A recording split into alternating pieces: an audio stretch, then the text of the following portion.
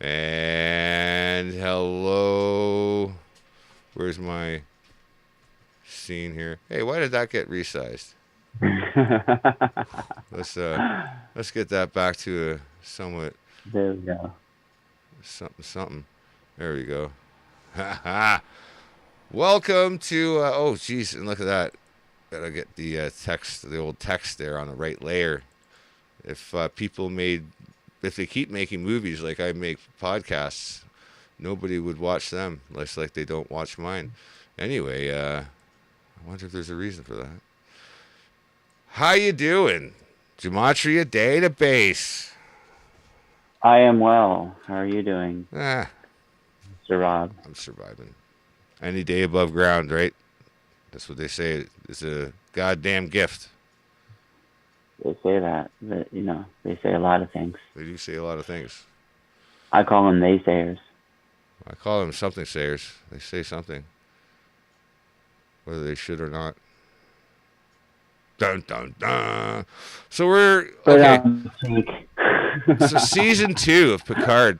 I don't hate it so far. I don't absolutely hate it. I think it's headed towards stupidity, but it's I don't know. So far, the stupid train has not left the track. It's kind of on the forward. Do you want to set us up where we are, like in the opening for season 2, episode 1? Because I remember we talked about this back, I guess 2-3 weeks ago. What did you think of the opener for season 2, episode 1? In contrast, It was the setup. yeah, in contrast It to season 1, like from what you remember. Yeah, it was a setup for bringing us back into like um all the kind of like emotional connection that you get from or got from Star Trek: The Next Generation. Yeah, I got something to say about that, but go ahead, continue. There was like dialogue that was memorable. For the The first way that episode of season 2, people or interacted with each other. Yeah, okay, yeah. Versus season one was more foreign, connected a little bit, like, but to Next Generation through data, but not specifically, almost in that dream state type of environment that data um, progressed through in order to talk to Jung, Nunium, Soon, whatever his name is. you know what's really But funny? The funniest thing about that whole relationship, one of the reasons why season 1 was so difficult for me, because Picard didn't particularly like Data. Like they weren't like lovers or best friends. Like only the impact of his death in Nemesis was him. Was him feeling bad about that kind of thing. Like he never was particularly close to Data in the 7 years of the TV show. They never had a particular fondness for each other over the fondness that he shared with the rest of the crew. Like, you know what I mean? There wasn't like like this. There's like Data, like this whole like. I think they were trying to do like a Spock thing I with think they Kirk. were shooting for that, but they chose. It should have been Riker. Like that would have been more believable. you know, Riker's always Yeah, but going off nobody the likes ship. Riker. Hmm? Like I like every whoever I've communicated with, aside from the people that actually dress like Riker, nobody likes Riker. I know. It was funny because Riker wasn't even likable until he grew a mustache and a beard. He had the goatee there in season 3 of The Next And like Generation. he's the one who like actually directed several episodes and continuations, movies. Oh, he learned to He's been direct. involved. Yeah. Well, I mean, it's a paycheck. Yeah, but He knows the ropes too. I'm saying the person Yeah. that played Riker, not But also necessarily important to Riker. note. Also important to note is that he also learned Jonathan Frakes. he learned the ropes with Gene Roddenberry while he was still alive. He's one of the few that worked directly under him, and then in his absence after his passing, got into the director's chair. So I mean, at least he still carried the torch of Roddenberry's style and scope and ultimate dream for the show kind of deal. You know what I mean? Yeah, exactly. But and so, like those Q episodes, I believe he like directed in the past, or he was involved in, or something like that.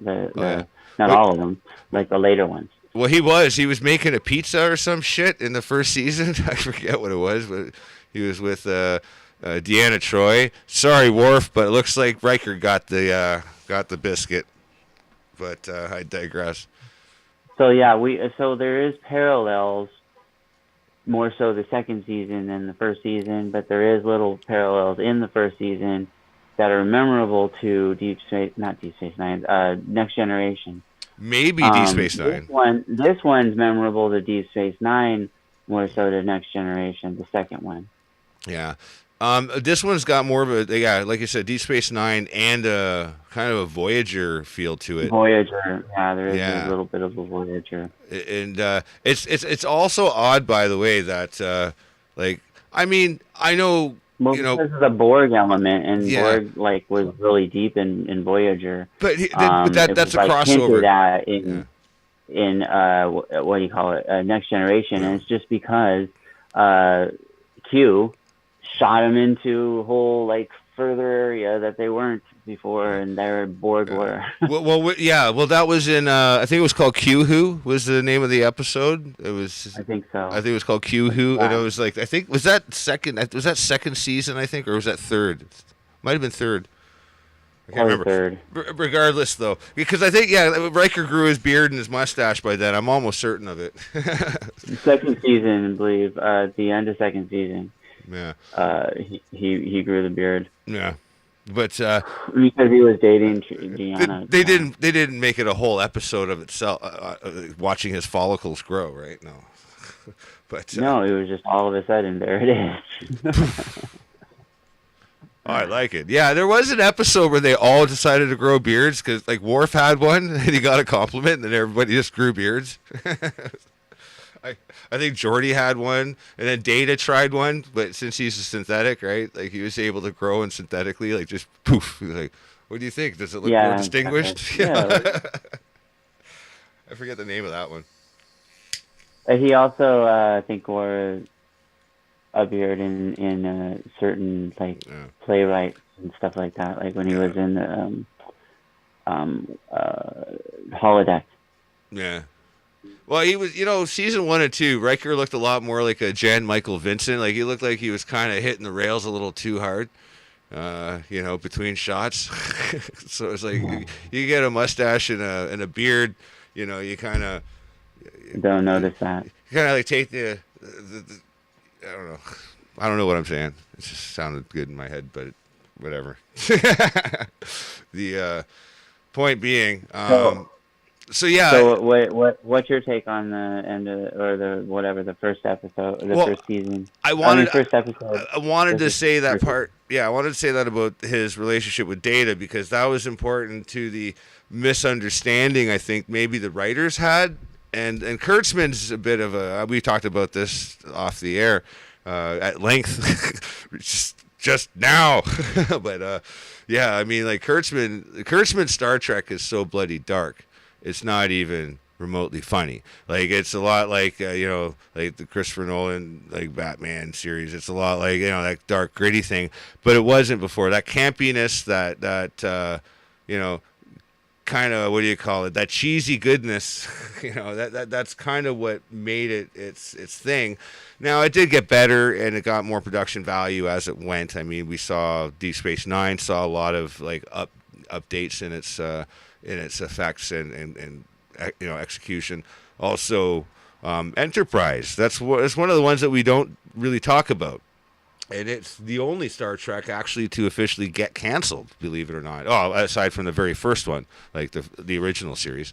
But yeah, I'm not even sure. I think Enterprise actually lasted longer than the original series. It was that the intro music it just It's turned been a everybody off. long time getting there from here. I fuck Right? right And then just off and showing like grab my NASA and beer.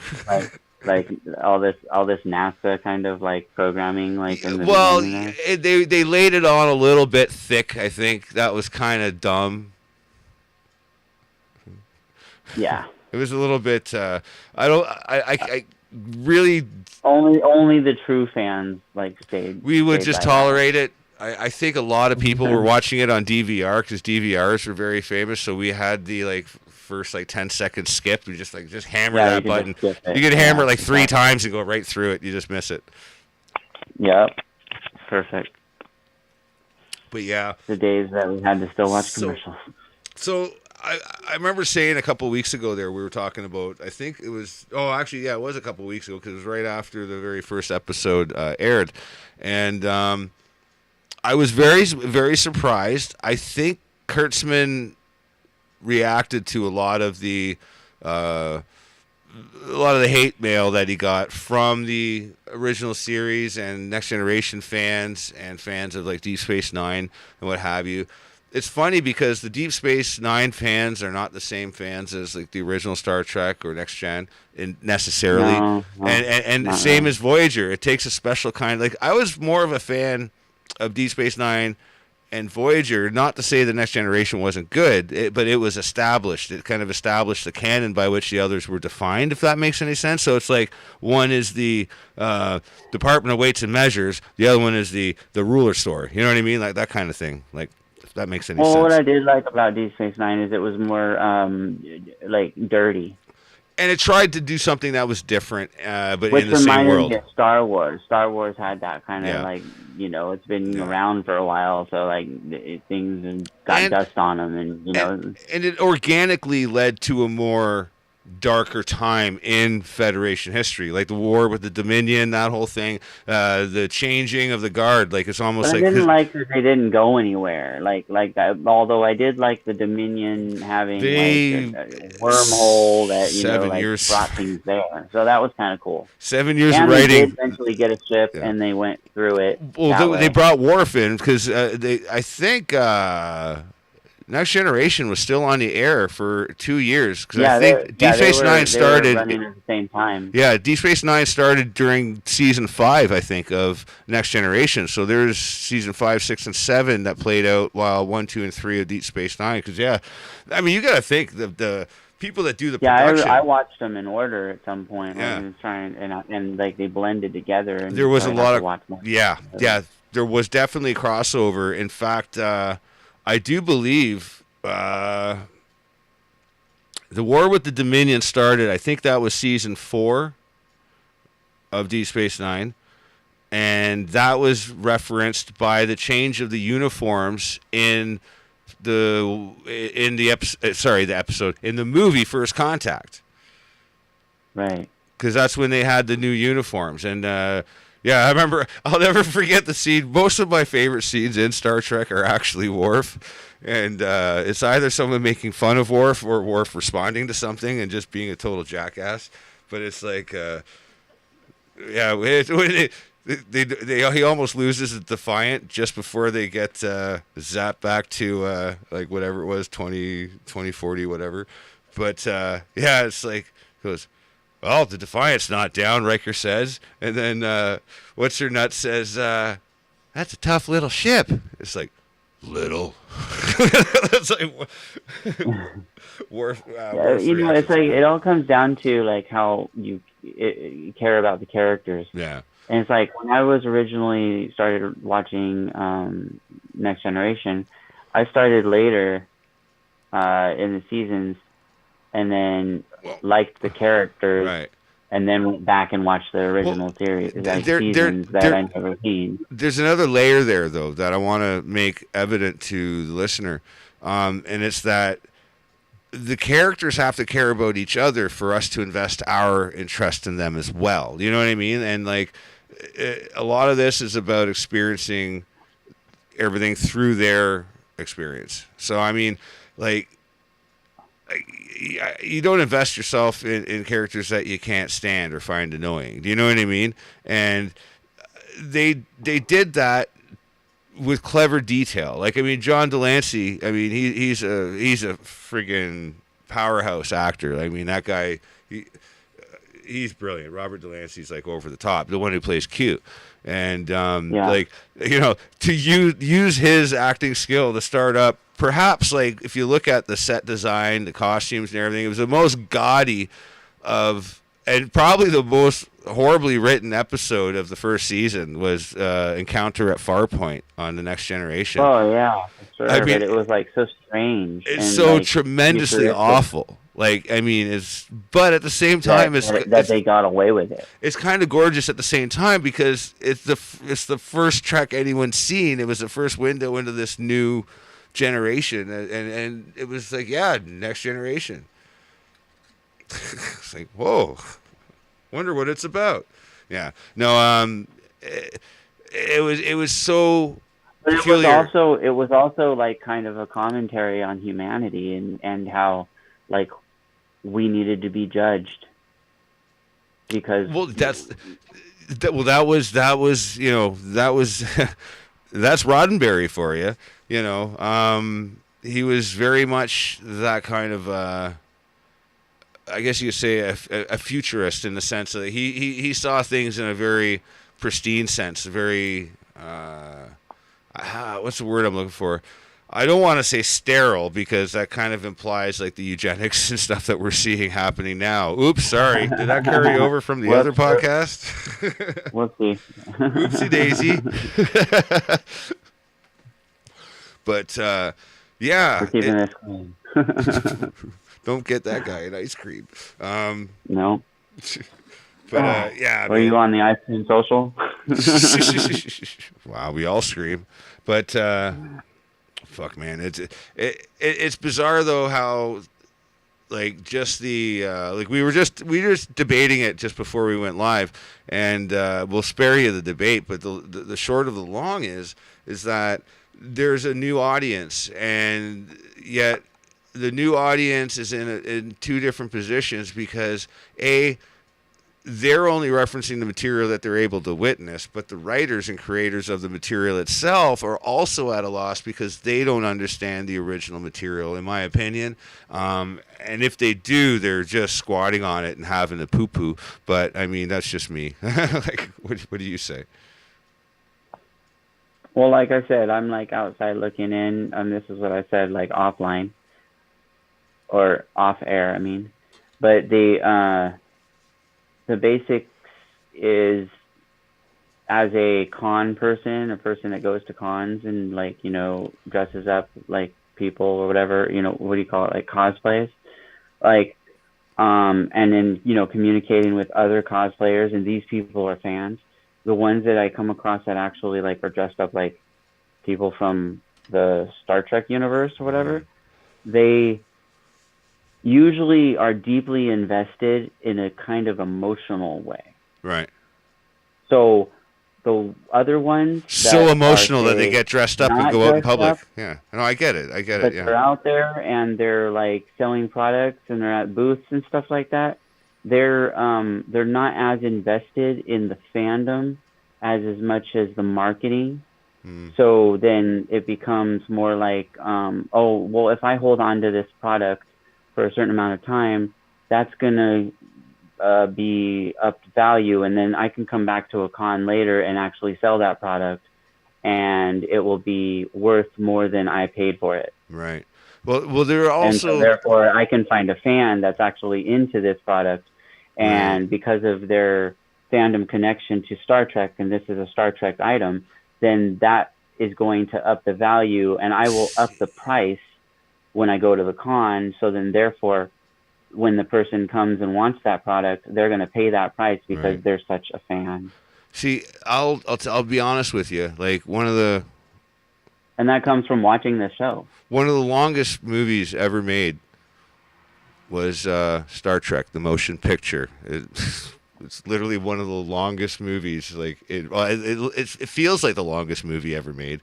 And it's interesting because that was sort of an answer back to, like, 2001: A Space Odyssey, albeit like a decade late, you know, a couple decades, a couple few. But the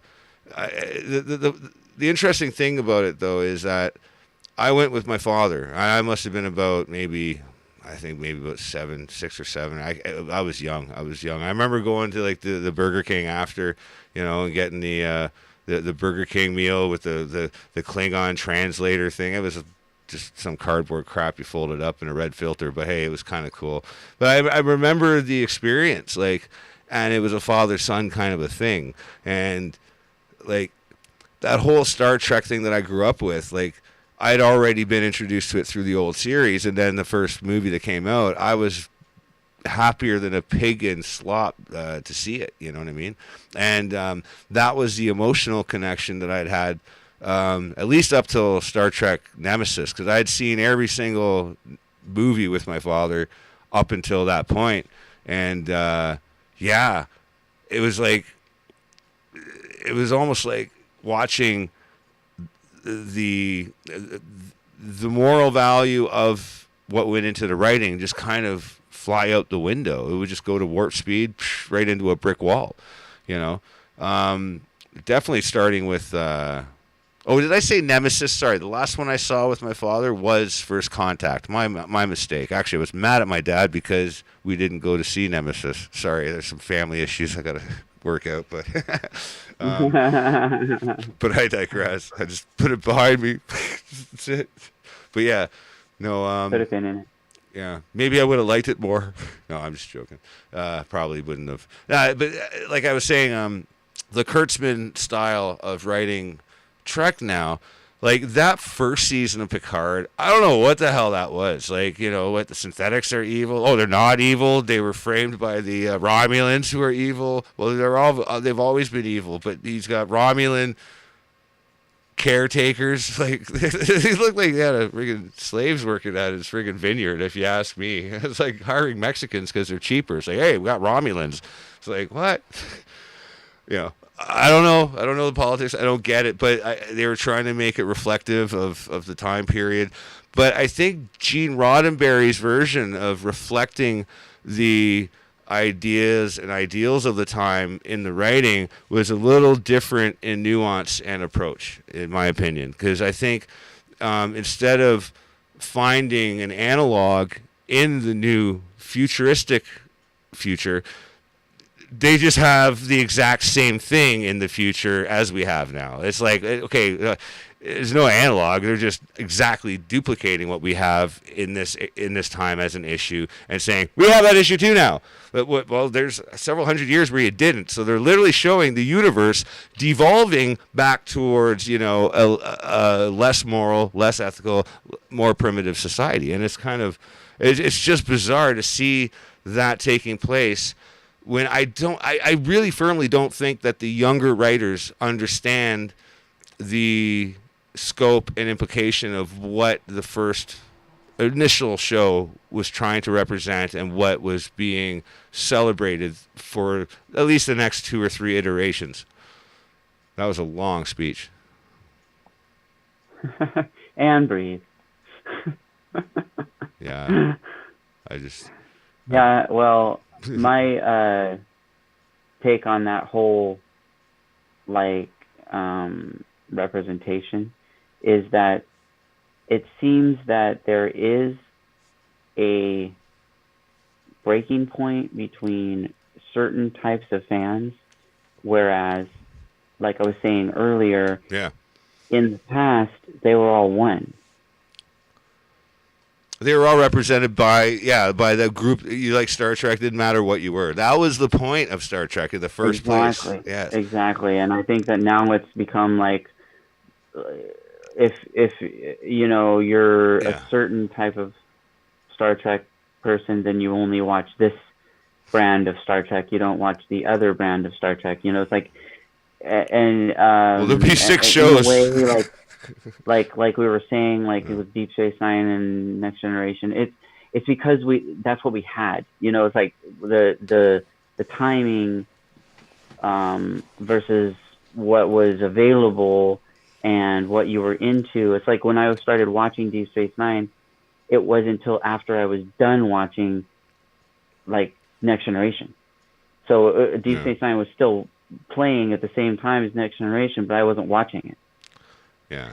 I didn't end up watching it until it was like probably season in, and then I had to go back and rewatch or start over. You know what I mean? Yeah. After I got into the character development of who Cisco was and how he treated his child, and the child with the friend that was a Ferengi, and then his dad was, or no, uncle was the Quark, who was Yeah. like the bar runner, that all the crazy shit was going on, and Odo Yeah. was always watching what was going on, And making sure that it wasn't going to go too they far. use those And archetypes. They use those archetypes, like you were just saying. They use them, I think, too obviously later on, like in Deep Space Nine and in Next Generation. I think they just tried to duplicate that first like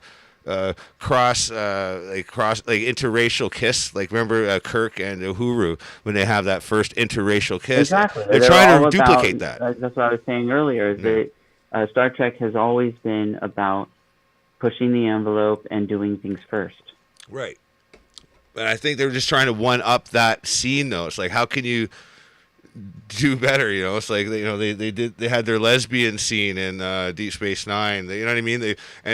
They've done gender related issues as well with Riker and an androgynous character that was feeling more female than the others, and they covered that whole kind of aspect. I thought that was a clever episode, like the way they handled it anyway.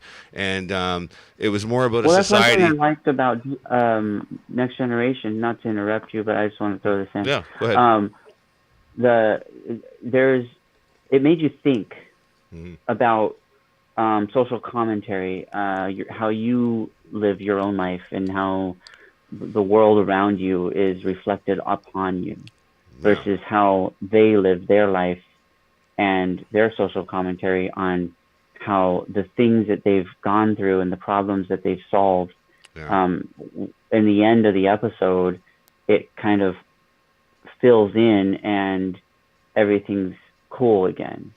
Yeah, well, because unless it does another episode, like it says, "Oh, to be continued." Then because they essentially what they're doing is they're showing it initially, they're showing it through the lens of the outsider looking in and saying, "Holy fuck, that's weird," and it's only weird because you've not met this race before, or these people, or this culture, or this society, whatever the case may be, like for the episode, and it was always. Right, exactly. And while and a lot of it was like latent racism type of thing. Well, it kind of was, but it was also introspection. It was introspection through observation, though. Like you would experience the racism through like a proxy. You know what I mean? It would be experienced because like through like another two cultures on planet XYZ are having a war, and they're fighting over a resource that happens to be the lifeblood of both, and blah blah blah. When we find out later that some kind of horticultural thing that they both share, can basically unite them or something. But the thing is that there's always when Picard was faced with that alien species person that was speaking in a weird, like almost poetic form. That he had to kind of translate. Picard and Darmok.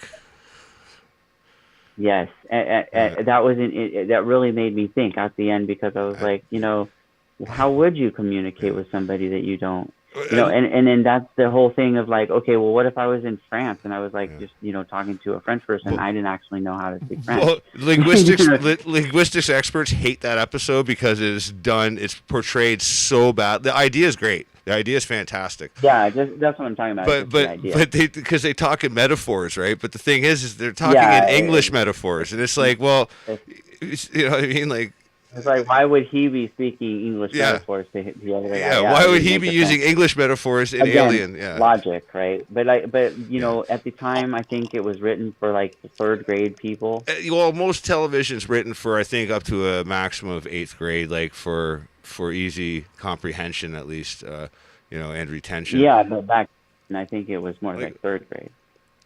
Well, they say 8th grade, but now 8th grade is like 3rd grade, really. Exactly. So, another thing was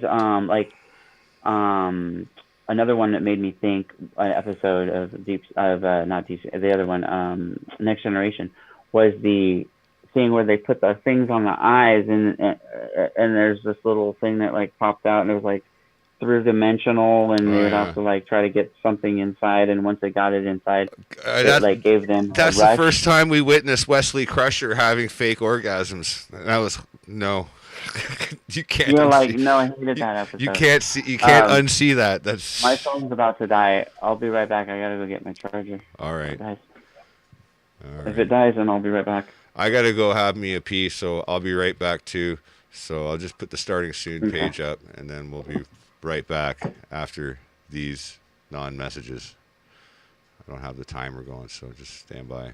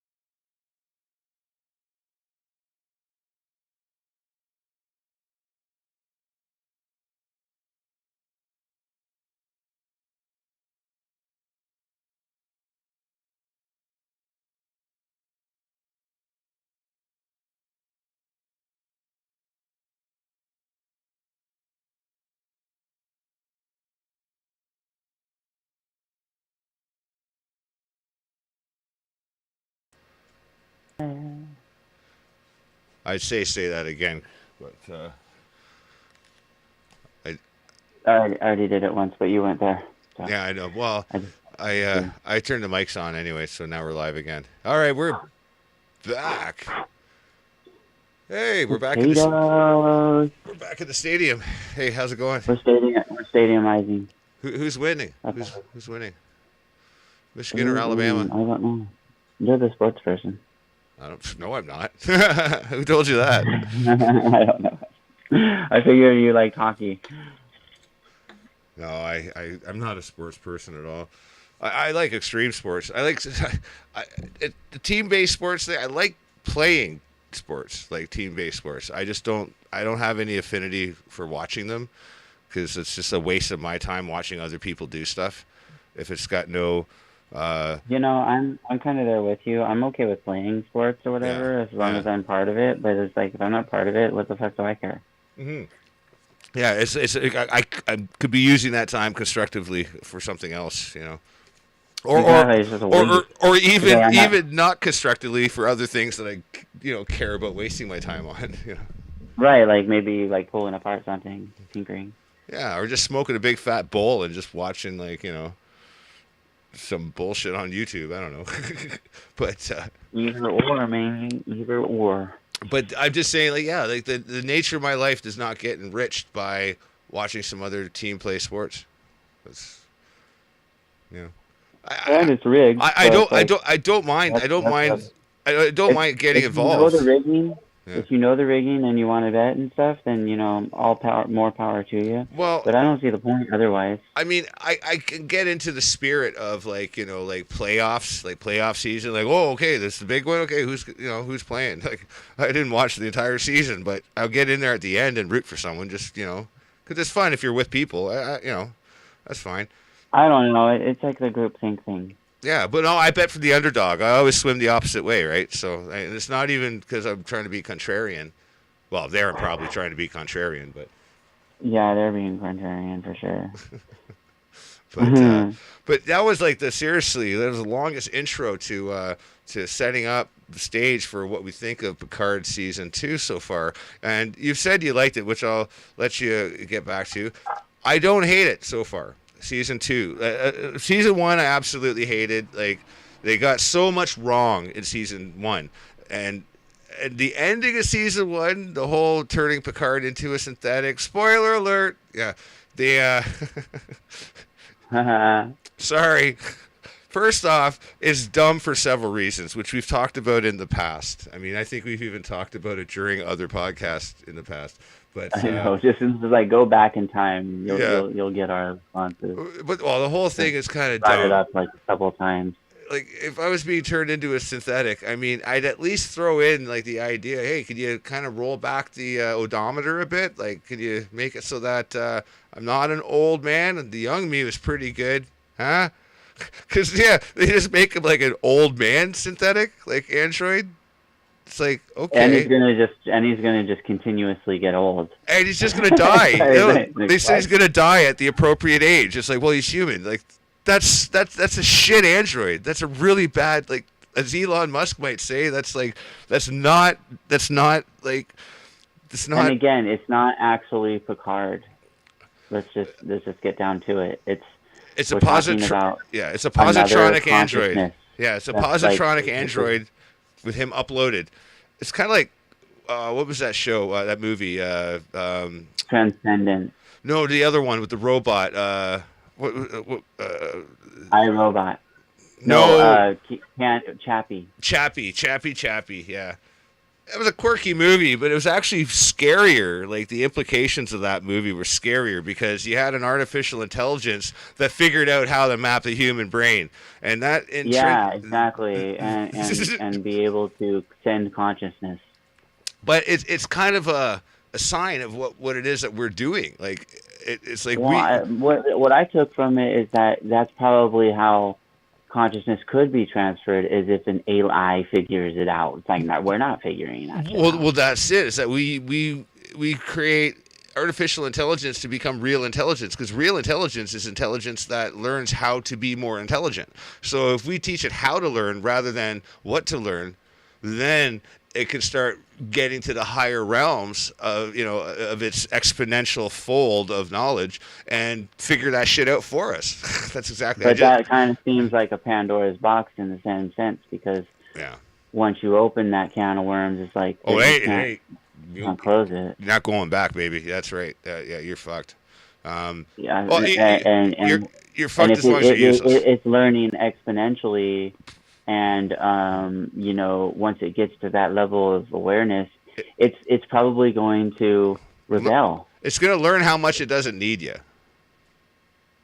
Exactly, and learn how to not need you. But there's technically, if you go by how we live now, it does need us. There's a flip side. I was just going to say that. That's why I think it's playing the long game. I was just going to say that because we've just discovered that biological matter will reconfigure itself whenever given the possible opportunity to do so in the right environments. Like we think of things that die off, like things like the Martian atmosphere killed off what could have been a green world. We talk about Venus in the same fashion, like it's burning alive from the inside out because of a runaway greenhouse effect, and nothing could live there. But yet, it's funny that even in the most extreme areas here on Earth, like down at the bottom of those lava funnels that are kind of interfacing between there's life. Yeah, there's sulfur-based life there, like, and it's not even carbon-based. Like, there's like different types of And life. even in the coldest places in Antarctica, there's life. Yes, and some of this life can survive on the windows of the frickin' space station. So, I mean, life is a hardy thing that once it's allowed, once it crosses a certain threshold, it can self-organize, it can replicate. I mean, there's photographs of clusters of gaseous anomalies that Well, there's an self-organize. ecosystem, right? Well, yeah, but I'm just saying, there's long-range telescopic like evidence of these gaseous formations that start to form into a helix kind of a shape, which is reminiscent of a DNA strand, but yet it just kind of shows a similar structure kind of evolving out of simple, normal, basic elements, elements from the periodic table. So, I mean, like, I think the scaffolding for something like that is probably not as fancy as we think. It's probably based on a very simple concept, which we just don't understand because there's probably, out of simplicity, there's built-in complexity, right? But Yeah. I'm just speaking in riddles. Call me Yoda. But yeah, man. Episode 1. I was surprised. There's a character, Elnor. They just dropped the N, the EA part out of Eleanor, and it just Elnor. Just call him Elnor. He's Romulan. So he's one of the Romulan slaves. I mean, slave sons. I mean, kids. Okay, you open up. Who's Elnor? Oh, he's just like basically a trained assassinate. Like on the Romulan side, like because he got saved by Picard, he ends up becoming Picard's like protector. Right. And he decapitates a person in the first season. Like, literally just another Romulan runs over, yeah, and like literally the head slides off. It's like, was that necessary? He could have just kicked the shit out of the guy. But he's a hardcore. Yeah, Picard scolded him after. I told you no beheadings. Yeah, basically. It's like, and I didn't understand the motivation. Well, because Picard wanted to diplomatically end the. He walked over. No, he didn't do it diplomatically. That was happening. He walked over to the thing that said "No humans." He's a human. He picked up the sign, threw it down, and pretty much walked on it or pissed on it, something. And then a guy came out and picked a fight with him, and got his head cut off. Like, I mean, that was totally unprovoked. Yeah, but Elnor was not informed what was going on. Like that. I know. And yeah, so it was a miscommunication in the end. And that's why he gets mad at Elnor, because in reality he was creating a diplomatic affair. Oh God, I was like, holy shit. Which was really supposed to be a what's that called? Like a distraction. Yeah, sleight of hand. But I tell you, there's no sleight of hand with the writing from season 1. So anyway, I just know the guy is a guy who beheaded a guy. So, and going into season 2, I was like, when we meet him, we're like, okay. And he suddenly, he's Raffi's like adopted son, apparently, all of a sudden, like, or it seems like it, because like she loves it. They didn't even spend 5 minutes of time interacting in the first season at all, and suddenly she's like the godmother and cares about him, and it's like, we'll get to that in episode 3, but. For in the first episode, I was like, okay. I noticed that too. I was like, what the fuck? They never.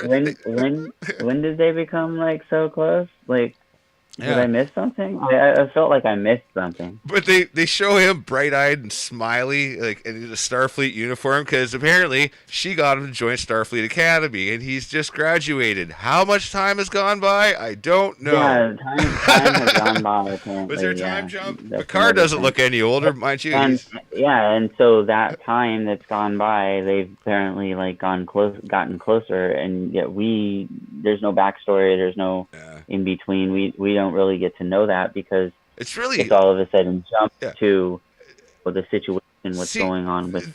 they miss all the good opportunities. Like I mean, that's the material I think we want to see. You know what I mean? Like, how did they get so damn close? Like, like, anyway, it's like Picard. Okay, the first episode, he's like, what's his classic line in there? It's like, I don't know who I am. It's like he And I'm must. thinking the reason why he doesn't like date that Romulan chick that like likes him is because he's a synthetic. Yeah, I'm pretty sure he would have jumped those bones if this were like season 5 of Next Gen. I almost because Yeah, he. that's what I'm saying. Like I mean, Yeah. come on. When he went to Risa and everything, he was looking. I thought they were gonna go with the I'm secretly gay for But Data. it's almost like it's almost right. It's almost like he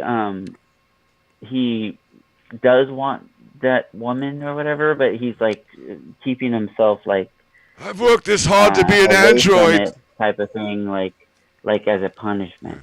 Yeah, it's like, Or maybe it's he doesn't want her to fall into his like field of like like when the or hero of like a comic series or whatever, yeah, it's like they never let the person know who they are really, yeah, because that puts those people in danger because of their villains, yeah. that But now that whatever. now that he is an And android, maybe he has maybe his and he has a longing for lot of villains, like because we've seen him throughout the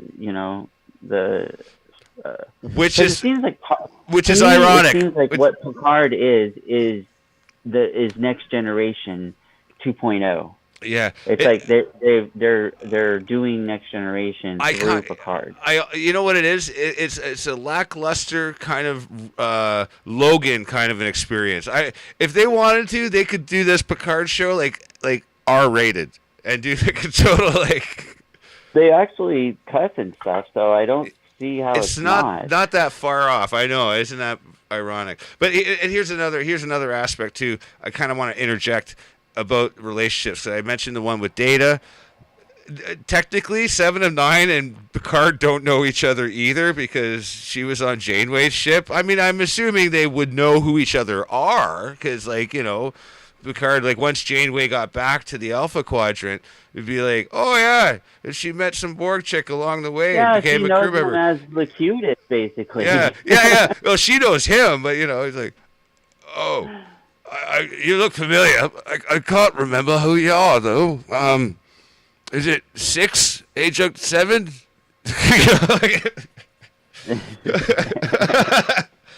Seven of Nine, stupid. Yeah, and Raffi and Seven of Nine are together. Yeah. Well, So I'm thinking that's the whole thing with Elron, or what's his name? Elnor. I He beheaded a guy. he's basically their adoptive child type of thing, and then Oh they God. but it seems like the storyline is like in their lesbian affair,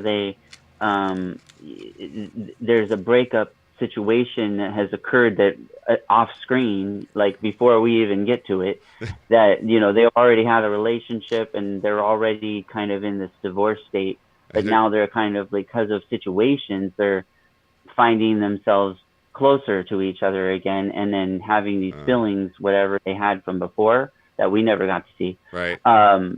is rekindling through the situation of like losing Elnor, and going back in time and being in our world where we accept that kind of environment. You know what I'm saying? Yeah, yeah, totally. And okay, so we're kind of getting closer to the bit because I was very impressed though that our smiley friend Elnor didn't behead anyone in episode 1. But we get to episode 2, and they're thrust into a situation where they have to basically they have to do a distraction, I think. And then it gets a little physical, and he totally throat cuts somebody. He just starts slicing up throats, and I was like, "Oh, wow, he is a little killy still." I wasn't sure if they were gonna just start slashing. It's like, okay, just a little bit, just a little killy. Like none okay. of these people matter. And it brings us to the doctor. What's her nuts?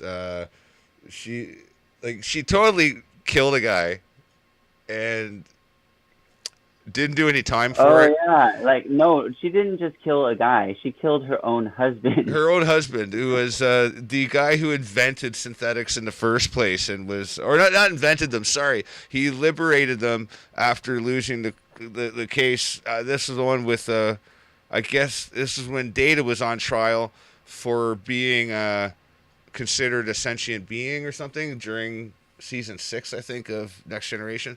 But that guy, I don't remember why she killed him though. What can you refresh me? Why she killed him? Because he had information regarding the synthetics, and I think it had something to do with the friggin' hippie mother planet of the synthetics that was hiding in plain sight from the Romulans. And you had the old Romulan High Guard, the friggin' the feminists of Romulan planet had some old spiritual encampment where, I don't know. Yeah, so she's trying kind of a psychopath when you get down to it, because of her mannerisms, and like you're supposed to care about her the way that they line everything out and everything. It's like they make you care for her, and yet she does these weird things that are psychopathic. And now she's connecting to the Borg Queen brain, which is actually going back into her. So it's like she's being like kind of like used like in a, it's like her psychopathic connection to being a Borg, you know, like in a sense, because and I think they kind of essentially psychopathic. They just anything's in their way, okay, assimilate. I think that it harkens back to Barclay from the Next Generation, which was one of my favorite characters. Barclay was Barclay's cool. I've cosplayed Barclay before. I could see that. Yeah. He was a good character though. He was a really good character because like he was one of the few recurring characters that wasn't part of the main cast, but you kind of felt for the guy like he could have been. But if you saw too much of him, you'd want to throw him out of an airlock. Like if you got too much of Barclay, you'd want to throw him out of an airlock eventually. Like just like, well, he had that kind of nervous like way about him. But you know who he was? He was from A-Team.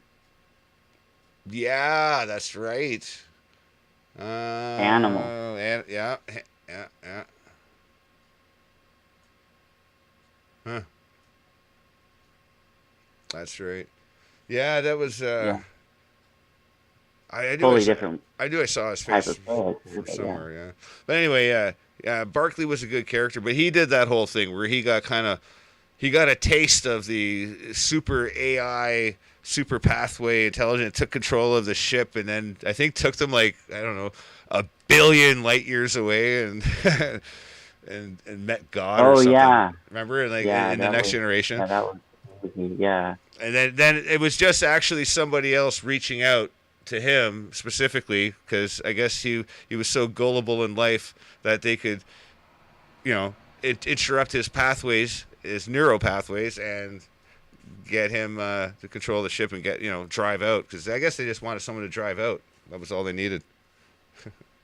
So, do you remember that episode with Riker in the play, and he didn't know if he was actually in the play or there was actually like things happening, and then he ends up like, and then there's like these like things with the 3 fingers that like you didn't see at first, but then it turns out they're like on the side and they're like kind of controlling people from the side. That was like that fucked with my mind. Oh, that was kind of a horror episode that they did. And, yeah, kind of. And it was that there was basically a subspace physical plane that existed aside hours where this alien species was conducting experiments and draining blood and doing things to people, and we were unaware of it, but responding, like our physiologies would respond to the experiments in certain ways, and people were getting nightmares and weird experiences, and yeah, that was a freaky episode. Actually, I think that was a freaky episode. But that's another one that like made you think. You know, it was like took you to a whole other. It's a standout like episode for sure, and you know I'll have to tell you, they did embrace some of that in the second season so far, and it feels more like Trek than season 1 did, because season 1 could have just been like a different show. It didn't even have to have a different show. Yeah, like a ragtag team, you know, coming together and going on a ship. Yeah. It almost had that kind of almost Cowboy Bebop type of feel. That's what you were saying before. That's right. Where you know, are they going to be bounty hunters now? Like, what are they doing? It's like, where are they going? Totally. I mean, the storyline would work on. There's a couple of different shows I can think of, and you mentioned Firefly earlier, and that's one of the shows where that could work. Like, you know, and I'm not saying it couldn't work. I mean, the season 1 aspect of it, like, doesn't work for me for Trek, but it could have worked for so many other shows that kind of go there in that direction. You know, but I mean, they. Do you remember the spinoff from Battlestar Galactica, Caprica? Yeah, I love that. Yeah, it was really cool because it was like I got vibes of Caprica from took you like from kind of into our future, but their past. Yeah, it was very. Yeah, it was kind of a crossover kind of a show. That's the vibe I got from season 1 of Picard, and it didn't belong there to me. You know, like I did like John Delancey showing up at the end of episode 1 of season 2. That was. You know, it was clever because they did. It was a good cliffhanger. They did a flip on the whole de-aging thing. You know how they de-age the actors, like with the. Yeah, that was. It was like, oh, I see you've gotten older, much older than I anticipated. Here, let me catch up. So then I'll do the same thing. Yeah. I'll catch up, and then they could take the makeup off. They screwed up with Oprah Winfrey there, like the writing. I mean. Oprah Winfrey was great. She was for the first time in a long time. I saw Oprah Winfrey and I was just like, not Oprah, fucking.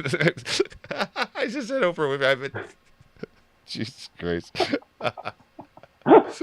Whoopi Goldberg. A couple times. Whoopi Goldberg was on Oprah Winfrey, and I'm combining the memory. You're gonna get the fanboy. Oh, I'm gonna get. Yeah. Oprah, what the fuck are you talking about?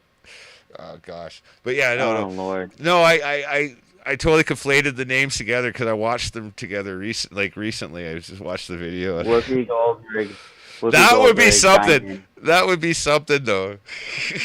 Guinan, but you know, like the third episode, like, you know, Guinan's like young, so it's like a weird. Well, and here's what's really eating at us, hardcore Next Generation fans, and it's that we already know the history between Guinan and Q are somewhat extra worldly because. Well, there's also the Nexus, right? Well, yeah, there's that. But before that, we found out that Q's race is somehow fearful of her race, and her race is a very old race as well.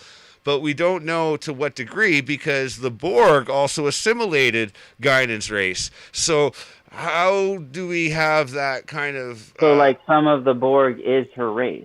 No, I'm just saying, well, the Borg were able to overpower her race, yet the Q continuum is afraid of her race. So that weird kind of triangle is at play. And I don't understand, because Q could just snap his fingers and change reality, but maybe Guinan is impervious to that type of stuff. I think we're going to get those answers here in season 2 of Picard, because we've got Guinan and we've got John Delancey's Q also involved.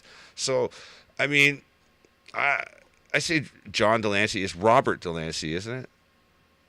It's John, I think. Is it John? I don't know where you get Robert. You're Robert. Oh, I'm Robert. Okay. I'm Robert John. Not Delancey, though. I don't know. You have to look it up. But, I mean, John makes more sense in my head. Like, rolls off the tongue. John Delancey. Robert Delancey doesn't really roll off the tongue. I guess his parents were thinking that, eh? Ah, no, definitely not. No, not Phil. No, not Phil. Phil Delancey. Oh, snap. Sorry. Anyway, sidebar. So to bring us back to what we were talking about. Well, the new Picard show is definitely like a throwback, like to a lot of things. Essentially, yeah. There's like, for instance, if you just watch the thing at the beginning with the little like thing coming down in the second, that means something. Yeah, I agree. That means something because it seems to change from episode to episode, doesn't it? I'm gonna have to go back and watch them again. The actual little thing that's falling, that's to the thing. Okay, you remember when he has the flashbacks and he's like, talking to his mom and they're in some sort of terrarium type of thing? Right. Right. If you look a certain scene, they actually show one of the windows of this terrarium thing in France or wherever, and it shows like a bouquet of flowers or whatever. And it's one of those. And then the glass breaks, right? Yes, you're getting it. So then whatever happens, which we haven't seen yet, they're alluding to with these flashbacks, something happens to his mother. Yes. And when it happens, that glass is going to break. Yeah. I think the glass is probably representative of the time-space continuum. And I think we're going to see somehow there's going to be some involvement with something that Discovery has done. I have this feeling that they're going to tie something together. Because it's going to include going forward and backwards, and then to that moment in the very first episode, by the end of it, we find a super Borg queen comes on board the ship, calls for Picard. When he answers to it, she takes over the ship, and he's compelled to self-destruct the ship, explode them, and then they wake up in an alternate reality, and we have Q saying, "The court to your life's never over," But right, and then when he tries to argue, Q just disappears. Yeah, but he does say something very peculiar to Q. He says, "You don't look so well." Sorry, you don't look so well. And you notice in the third episode when Q tried to snap himself away, it didn't work. It didn't work, and I think his power is being taken away. And there was some other person that shows up. Right. And so I'm thinking that there's another Q because there was always the Q continuum. Yeah, and we've met other Qs before, so we have met other Qs before, and also Wesley Crusher became a Q. Well, no, he joined. Okay, no, he became a traveler. He was technically queuing for a minute, and then also there was Riker who also queued for a minute, but they also like rejected it. So but when he joined the Traveler, though, that's the funny thing is. I remember watching the actor who plays Wesley Crusher just gushing over Picard. He's like, "Star Trek's so awesome! Picard, can you believe that you're on the TV?"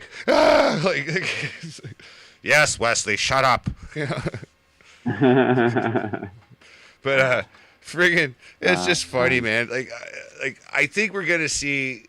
I think they're gonna go for some of the cheesy throwbacks as well. Unfortunately, I'm a little bit let down by the actress who's playing the Borg Queen because it's just there's too much emoting for the Borg Queen. Like, I know they have a face and they can show emotion, but they shouldn't because that's the point of Borg. You know what I mean? Like there's.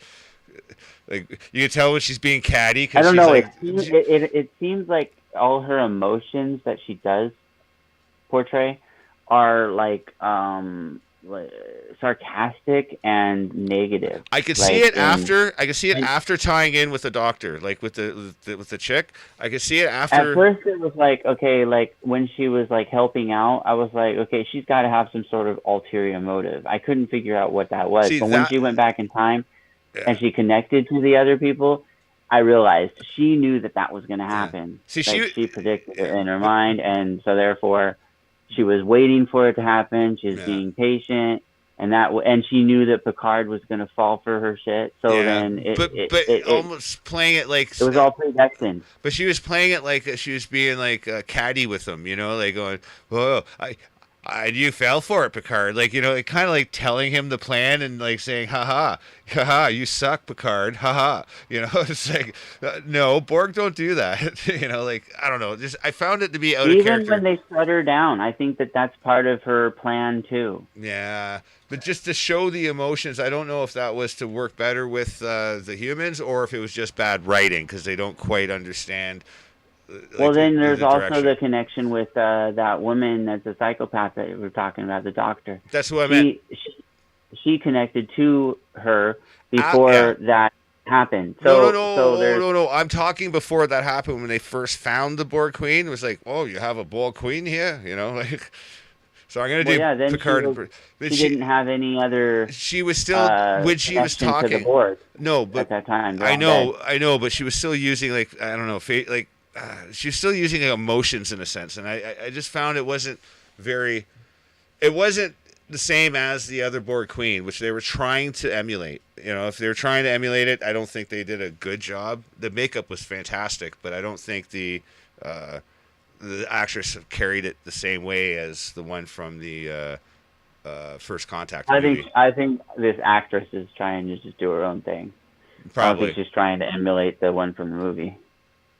And I don't know if they're actually connecting the movies either. I just don't know who I am. Because, like you said, the timeline's not connected.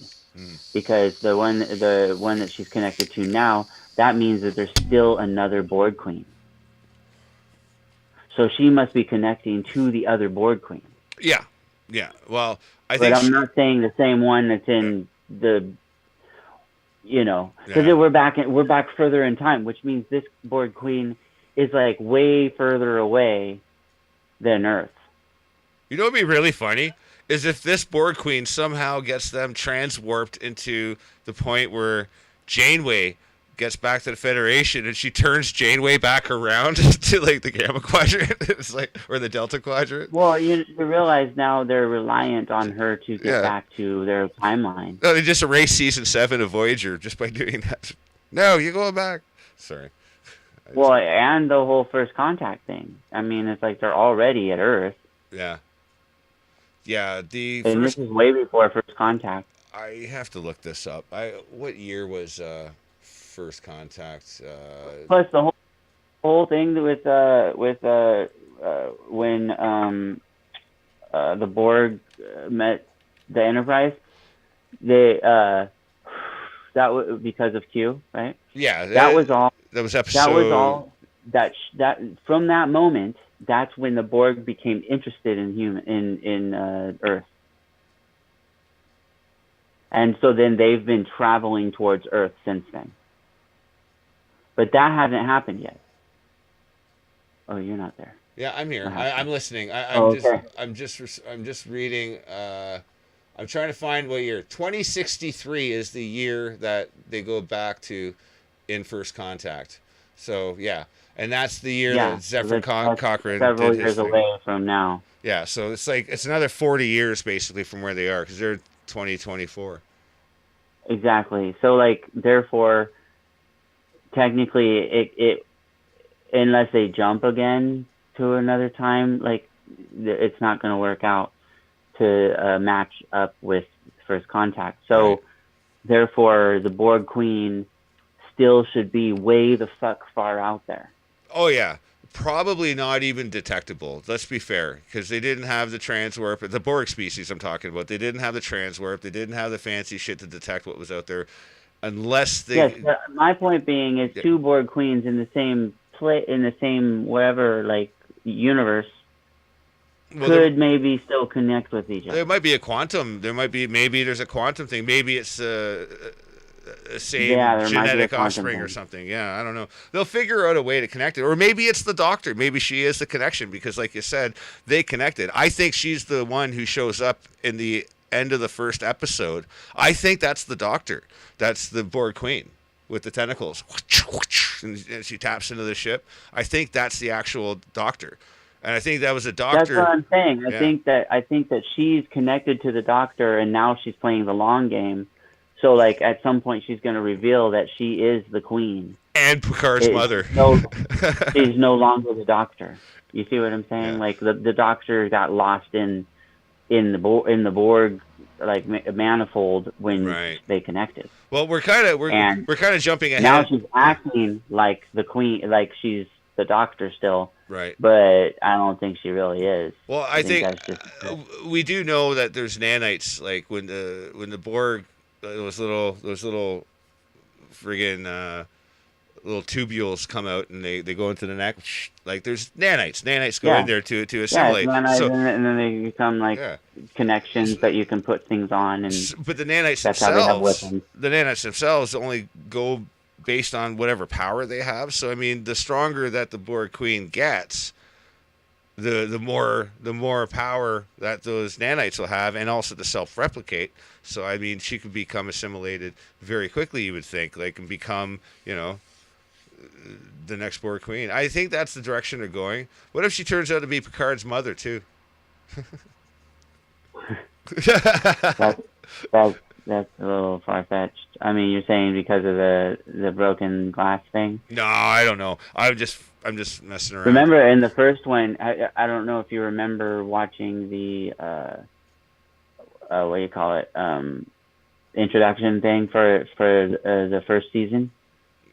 I don't remember it, but it kind of just shows a bunch of stuff. It's a little shard. It's a little shard that breaks off of the thing, and then it goes through the different things and shows all these different stuff. But in the end, it connects to his face. Yeah. So that they didn't do that in the second season. No, I know, and I think it's connected to that glass. It's going to evolve to that, in the dream, or in the flashback. So there's definitely some sort of bigger scheme of things going on. So they get that whole ragtag ship assembled. By the time they get out to space and they realize what's going on, there's a Borg ship that's a new, different design we've never seen. There's a big space anomaly, which by the way, I have a reaction video that I still haven't edited for episode 1, and I'm going to put it together. And I called it the space vagina, the big green anomaly. Just called it the space vagina. And then the big Borg vagina came out of the space vagina. It was just this big, huge green anomaly. It's huge. And then Seven's like, space vagina. Yeah, but anyway, sorry. Trekkies will get that. Well, in the new one, it's like got this weird like Borgish like thing that opens up, and then it's like a portal. That's what I'm talking about. Yeah, then that's the Borg. Oh, you're talking about that? Okay, yeah. No, that's the new one. In the first one, it was more real Borg ship looking. And then Picard has to basically blow up the ship, and then they wake up. They don't know where they are, and then. I just don't know who I am. Remember he says to the android in the second episode, he's got his own slave android, slave Romulans, who were basically doing the same things that the Romulans were doing in season 1 at his place. Like they're doing that was really weird. I noticed that too. I was like, wait a minute, they're doing the same jobs, but under a different context. So now they're slaves, and we see the room of his prizes, and apparently Picard is like the assassin of the galaxy. He's like he's like killed like so many like things and people, and like it there was a Gul Dukat skull. It seemed like, from that perspective, like I think that was to make the audience think that it was a mirror universe. Yeah. Well, no, it was a mirror universe, because they even Q says, I watched it again, and Q does refer to it as a mirror darkly, and then he also that symbol is definitely the mirror universe that they've shown in the other seasons, seasons. You said that about the symbol. It's upside down, and it's done like in this kind of fashion with a sword, reminiscent of other mirror universes. And there's a sword in the thing, like to show that it's empirical federation as opposed to the Federation of Planets. This is like a domination force, and I've heard rumors that we're going to find out that Soshi, the reason why she's not around in this place is because Picard actually killed Soshi, which is the android from the first season, because she's suddenly so important to canon that we never heard of her before, but until then. But of course, there's got to be a connection. Now, here's a funny thing: is how does Q know? Okay, I should back up a second. Hang on. We find out that 7 and 9 has never been a Borg.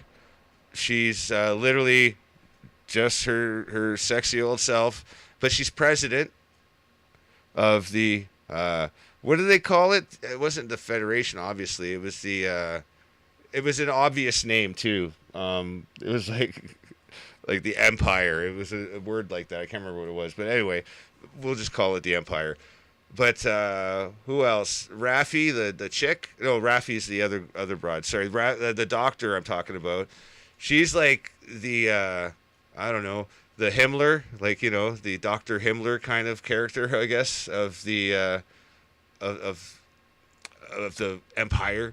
Anyway, that's funny because they're going to celebrate, what is it, Extermination Day or Eradication Day? Eradication Day. No, I think Eradication Day or something like that. Yeah, it was Eradication Day. Disturbing. That was disturbing, and they're going to eradicate the Borg, and that's where this Borg queen comes in.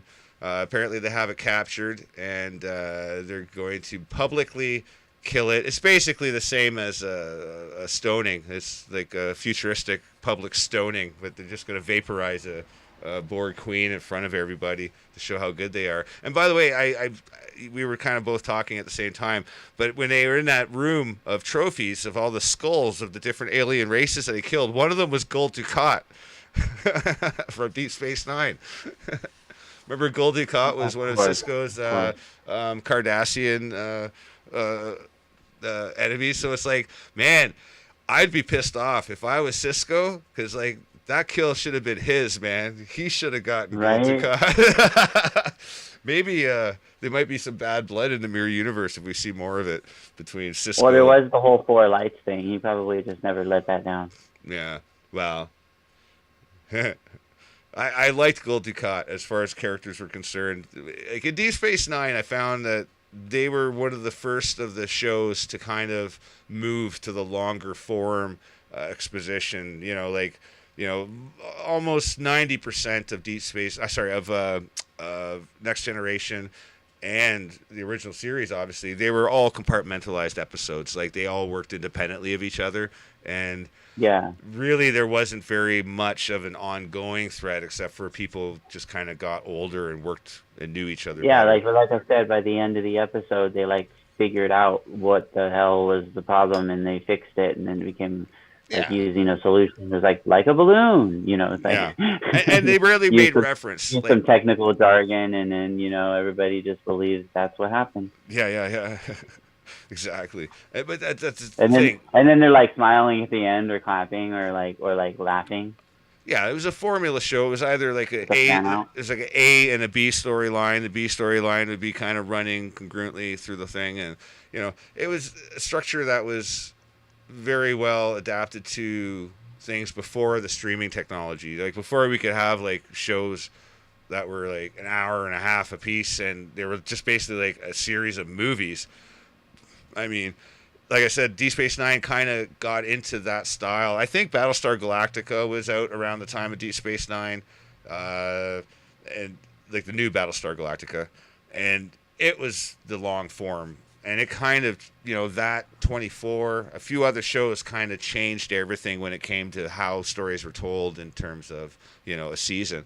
And yeah, it was interesting to see back at the time. Yeah, and then they connect things together or whatever. So then the Star Trek universe had to catch up with that. Exactly. So now it seems to have this congruency, like Picard, for instance, has, you know, when you go from episode 1 to episode 2 to episode 3, it's like you're following it. Yeah. It's congruent to each, whatever happened in the previous episode is affected by what you're experiencing in the next episode. And I hate to say this about the second season so far, because I'm enjoying it. Like, I'm not I don't hate it at all. There's things I don't like about it, of course, but there's one thing I could say though, is that the last 3 episodes could have been done like as the first episode of a two-part cliffhanger, like in regular Star Trek Next Generation terminology. You know what I mean? Like, it's kind of like the way it's built and structured. They could have done that a lot simpler, but episode 2 is pretty good in that sense, because they kind of covered that whole, killer Picard thing, and then now they have to kind of find each other. I liked how they came together in different ways, and they were in different places but then they kind of knew that they were the people, but didn't want to outrightly do it, almost like a spy kind of thing. But how did Q know? How did Q know who Picard's hanging out with now? Because you think Q would be like, "Where's Riker? Where's Worf?" I don't know. How does he know that Picard and 7 and 9 are hanging out every so often now? How does he know Raffi? It's we're led to believe that Q is timeless, so it's he can be sitting there invisible, watching Picard the whole time, and now he decides to reveal himself. Just kind of masturbating slowly. The Q continue. He's like, "You're not getting me off anymore. I need to." Oh, this is bad. This is bad, Picard. Further. Oh, come on! I got to stir the pot a little bit. There was definitely with the dialogue they had. There's definitely this latent, I would say Shakespearean style, dialogue that only they can really pull off, as character actors, and also people that have probably majored in theater, and so but it came off as almost this relationship. Yeah, and the only thing I didn't like about that exchange is I don't think they let John Delancey then have I kind of fun. wondered if the whole thing was a relationship, a one-sided thing. So John Delancey's character Q is so fascinated by Picard that he's actually has feelings for him. Well, because he's Q, he doesn't understand how feelings work. It's like a kid with an ant farm or something, he cares for the ants. He doesn't want the ants to die, but he doesn't mind fucking with them. Yeah, exactly. But the dialogue almost seems sexual at certain points. I don't know what Trek you've been watching, but in a way, they do kind of allude to that, I think, and they've gone back to that as a joke, I think, in response to other people. It's kind of they play on that. Yeah, a return to the Spock and not Picard, Spock and what's his face, Kirk. Well, Spock. In Kirk's absence, Spock tried to get with Picard too, eh? Even his dad, Sarek wanted a piece, apparently. Right. I'm just saying, I don't know, something runs in that family. But yeah, man, what was it? That just threw me off. That's funny. The whole Kirk Spock dynamic has been kind of another thing that just like the first interracial kiss. It's like they're trying to play the subtone, the undertone of, they try to recreate that, I think, in the writing somewhere. I think they tried to do that with Picard and Data. With what do you call it? Q versus Picard. It's it seems that there's this fascination from Q's perspective. With Picard versus other people. Yeah. It's he can choose to torment anybody. Yeah. But he chooses Picard for some reason. And for that reason, I think that because they're so existentially linked, Q and Picard, is that I think it was a stupid thing to do, a stupid move to start off with Picard and Data for season 1 of the show. I think because the Next Generation started and ended with Q. I think Q should have started in season 1, because you can't go wrong having Q and Picard in It's clear frame together. that they could have did that, but I think that the reason why they didn't, in my opinion, is that they wanted to tease. Maybe. I think they tried. Because the way that they put it at the end of the season, it's clear that they had this planned already. Yeah, I think you're right about what you said before. Capturing the Spock's death thing and like the search for Spock. I think they were trying to recreate that kind of a feeling of depth. But like I said, they already kind of did it in the original Next Generation 2 episode series. That I think it was 3 episodes, where they were searching, where Data's head. Oh yeah, was found. The Arrow of Time. That was a two-parter. Two-parter. Yeah, that was a two-parter, and that was not 3. That's where they. I think it was a 3-parter. That's where they meet. What's his name? Which scientist was Before? that? It was a famous scientist from the past there. They meet his brother before, and you learn a little bit more about the I forget his name all of a sudden, but the bad version of Data. Yeah, Lore. that's Lore. Lore. Yeah, Lore. Yeah. Yeah, but then there was also Before. No. And B4 was from that was from Nemesis. No, I think we learned about Before ahead of time in episodes.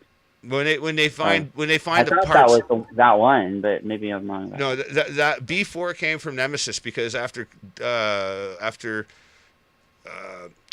Data sacrifices himself, which is ridiculous, by the way. Sorry, I don't want to sit here and conflate shows, but that was bad writing for that. That was just horrible. I hated Nemesis is one of the worst movies I think ever. It really set a bad stage, I think. Don't you remember when we find out about his mother, and then we find out she was one too? We also meet his father. We have that one episode. It's almost like that Eddie Murphy how movie. Can Before not be in that? No. What's that? In the movie, I'm saying, in the movie, in Nemesis, that's where they find B4, because they find his parts, but that's where they track it. That's where they track him down, and that was just bait from the Romulan guy who was basically Picard's clone. He's essentially the one before Lore. Yeah, but we don't find him in the show. He's before Data, right? He was like first. The episode that you're talking about is where we meet Noonien Sung, and we see that's where we find Lore as parts, and that's where Lore gets brought to life, basically, because they activate him, and they get Lore. Right. So we get fooled by the emotion chip, because the emotion chip is the MacGuffin of that episode series. And what ends up happening, first off, we see the actor who plays Data play like 5 different roles. It's insane, because like hats off to him, because he's an incredible actor. Brent Spiner. Thank you. He's just amazing. Like in this particular set, like he does an incredible job as the Noonien Sung and also as Lore with emotion. He's a great bad guy. He's a really good bad guy. Like when he wants to be, like he's almost like definitely the mustache twirling villain. Like Lore's really good for that. But I mean, that's if you like that kind of cheesy thing. It's like almost like Lore's like similar to like a bad human, like an evil human that has robot abilities. Yeah.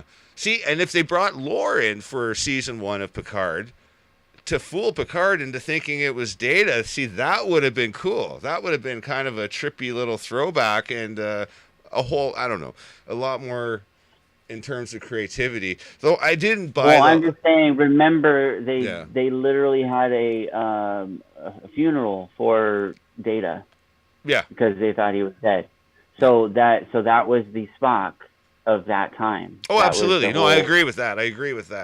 Absolutely. And I'm that's just, what I was saying, yeah. and it had to do with like because they found his head. Well, yeah, yeah. That episode where they found his head, that's where they go back in time. They meet up with the famous scientist. I can't remember which one it is now. Is it Einstein? Not Einstein. It's another one. I'm gonna have to think about it now. But Yeah, I don't they're know. in San Francisco. That should give you a hint. They're in San Francisco in like the 20s or something like that. And they basically, it's a repeat of another episode from the original series where Kirk and Spock go back in time, and it's actually one of the most famous episodes of Star Trek in record history, where Captain Kirk falls in love with a broad who has to die in order to keep the timeline moving forward, and yeah, he has to basically kind of make sure that history stays on course, and Spock is trying to build the equipment. It's just like the Arrow of Time, the episode where they find Data's head, because you got to remember, like, it's like, my head's fine, it's right here. They find a head there, and that's when they find that they have to go back in time, and there's an alien race that's feeding on people's life energy. That's what that whole premise was. And they were actually, and they were going through subspace somehow to travel back in time to eat our brains,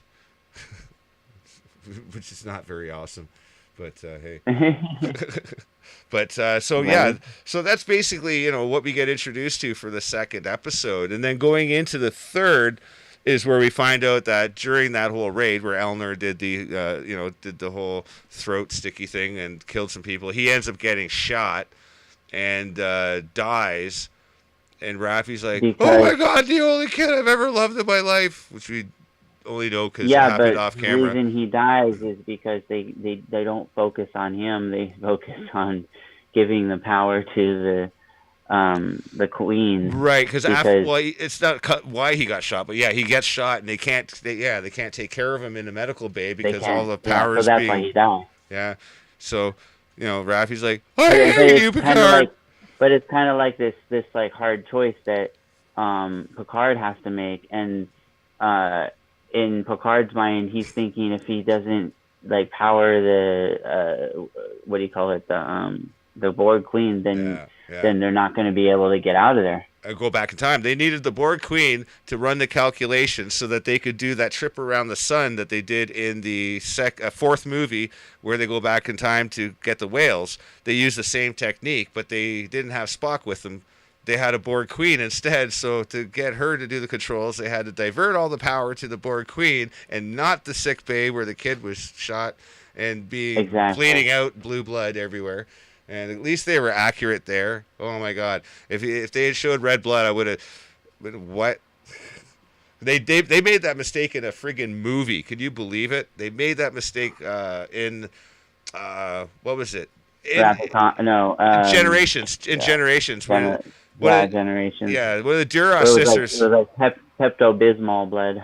Yeah, well, that's what they're supposed to have. But in the movie Generations, one of the Duras sisters, she's full-blooded Klingon, gets punched in the face, and she's got like red blood coming out of her lips. Like, it's like, how did that make past production? Like, oh no, I was thinking of the one with the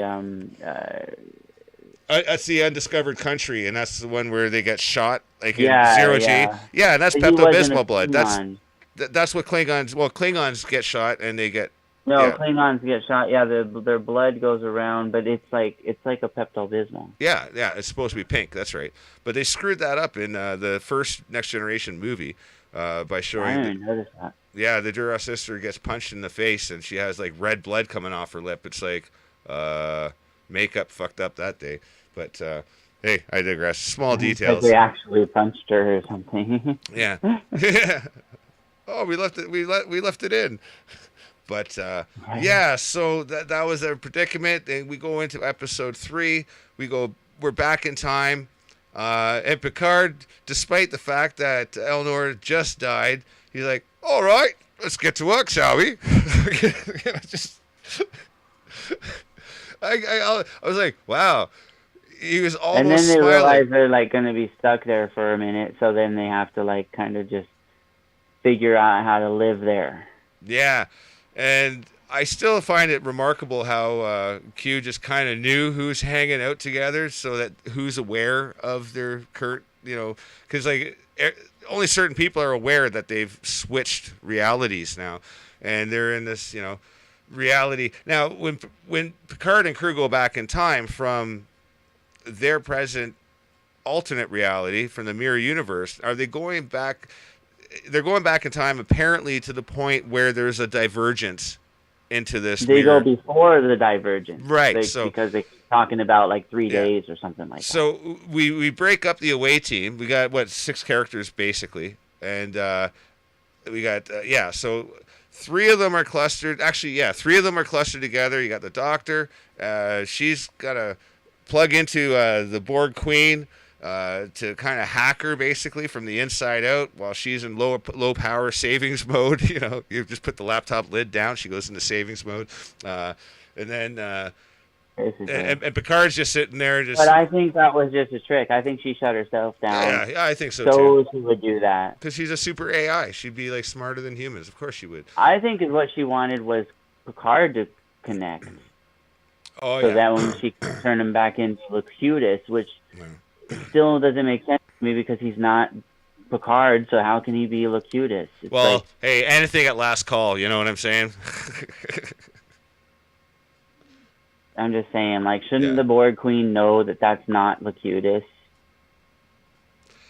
Yeah, I think you're right. Yes, I think you're right because the writer kind of fucked up on that. Well, because she should be able to detect, simply because technically Picard would still have Borg implants. They don't totally 100% leave your system. She would detect those for sure. Nanites would still be in his system. She should detect those, and he doesn't have those because he's a goddamn android. He's another thing. So it's you wouldn't have any of that. Yeah, she'd be like, you're.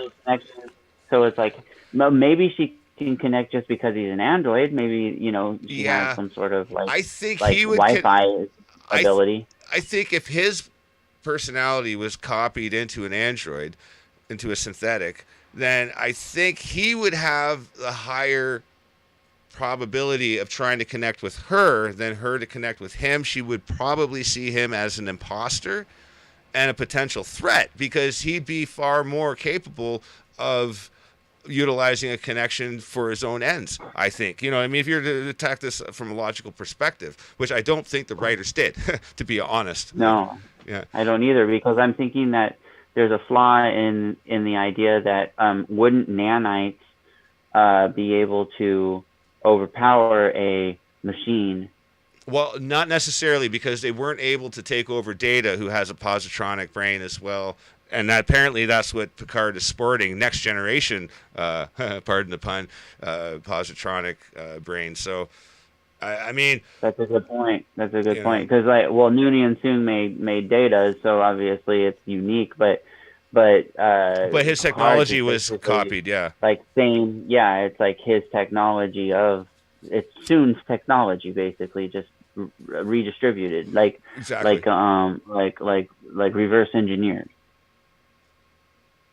Well, I wouldn't say reverse engineered, probably more like licensed or, adopted the patent, if you would. Because I think after he died, I think Data was entered into Starfleet. He was given a sentience, the status of sentience, and also given his own, human rights, if you would, or android rights. So I think he also, in exchange, at some point, donated his technology to the Federation. I think it was reciprocating. There was some mention of that in the Next Generation. I just can't put my finger on it exactly, but something along those lines, or at least it's implied anyway, if anything, even if it's off camera.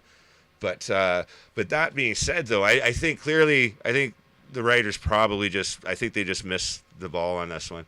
But it was interesting because, like I said, we have the away team. So you got Raffi and Seven. They go off to search for the Watcher, who's supposed to be appearing somewhere. And then we got the what's his name? The captain. I can never remember his name. It's Spanish. Spanish. But anyway, he ends up. you know what? They did something that it caught me off guard. Actually, they had him appear like from the transporter. But he transported to above the ground in midair, right by a railing, and just completely twirls off of a Yeah, that was balcony. fucked up. Yeah, and he Like ends that. up getting a concussion. He smashes his head, and he just falls out of midair, like just hits every like railing on the way down. Where the others kind of just landed just fine. Like Yeah. just like just materialized on the ground. But no, he was like up in the air Well, it's Murphy's by a law, right? railing. Because didn't they It was just just say bad. just before that? Didn't they just say, "Oh, no phasers because you can't have technology because if they get suspicious, your vaccine chips will show like they'll detect." Yeah, they went there. They went there and They mentioned went there. vaccine chips. Yeah. By the way, yeah, That's another thing I'm like suspicious about with the whole 2024 element. It's like they're showing like 2 years in the future. So is this just a buildup of like saying, oh, this is how the norm world is going to be in 2 years? yeah. Like get used to it kind of thing, Well, like a predictive programming. and we talked about this off the air, and it was that there was an episode of Deep Space Nine where it kind of just told a story, but used the actors that play these other roles. They used the actors, but to play the roles, it wasn't actually going back in time. I think Cisco was the only one that went back in time though, but he went back to 2024, which was a revolution that turned the tides towards the new world order that created the Federation. And I think you're right. I think they're going to tie this in as a bridge. And you said you had heard talks of Cisco coming back in a potential new show. You've been No, hearing? I'm saying that that he's possibly going to show up in this show. Oh, I see. I wouldn't doubt it because I think they're But gonna I don't hit. know if it's going to be him like as like younger, or if it's going to be him from the data quadrants, Yeah. the what do you call it, Dominion. Well, I Um, think he's aged well. So because there is no time in that, right? yeah, They showed that because every time that he was like talking to them, there was no time. yeah. Well, the They thing took him is, out of time. When he went back, it was yeah, like there was no time passed. we're talking about the wormhole aliens from Deep Space Nine, which were like kind of a timeless race that existed. Yeah, with no frame or wave function of time And present. he used like his memories of his wife to talk to him. That's right. So that would be interesting because the way that premise was is that inside that space, in the wormhole space, where things were timeless, he was incongruently connected to all of the different hymns at different points of history. Because they remember how they use points of history to tie together certain events, right? Like, so I wonder if they're going to do that with this. Yeah.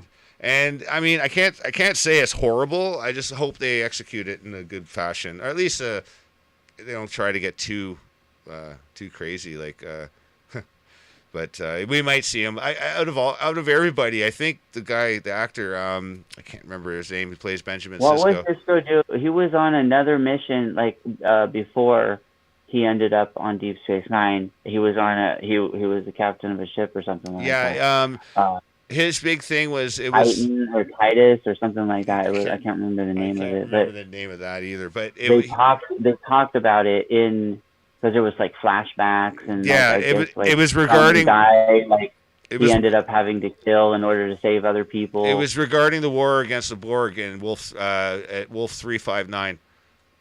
They So I'm were wondering if that might tie into yeah. this because that was just a flashback. Like they could build on that. Yeah, because they were moving humanitarian aid, I think it was, while the Borg attacked, and then when the Borg took out the Federation starbase Wolf 359, that's when he lost. I think he lost his crew and he lost his ship and all that kind of stuff. But So how old would he be in 2024?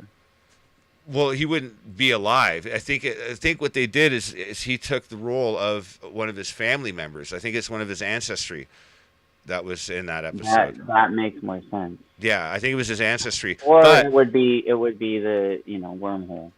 But what they're looking for is a watcher, and we talked about this too. And I wonder if they're referring to somebody like from the Dominion? Like, is it a shapeshifter? Like, is there another? Oh yeah, you were thinking Odo. I was thinking maybe they might be talking about Odo because if he's present there, but I don't know And he's why that also would be. old. He's also old, Yeah, so I mean, he doesn't have like a yeah, like reference to like being a certain age. So and therefore, yeah, and he has he and has he doesn't know who he is. and he subscribes and he has subscribed to the fact that he was full on Dominion. Like he was, you know, I forget what they called themselves now. The in the Well, Dominion. he didn't even know who he was until he ended up finding that pool and then like Yeah, connecting to it. that was a good mystery for about 3 seasons in Deep Space Nine. I thought that Yeah. was kind of a well kept secret for a while, and they just unfolded. And then when they finally figured it out, he's a member of the alien race they're at war with that wants to take over the entire Alpha Quadrant. That was kind of a that was pretty well done. I have to Yeah. admit that was kind of fun.